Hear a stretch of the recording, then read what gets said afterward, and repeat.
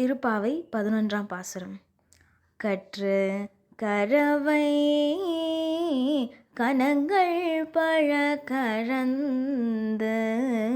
செற்றார் திரளழியாய் சென்று செருகச் செய்யும் குற்றம் ஒன்றில்லாத கோவலர்தம் பொற்கொடியை புற்றரவல்குல்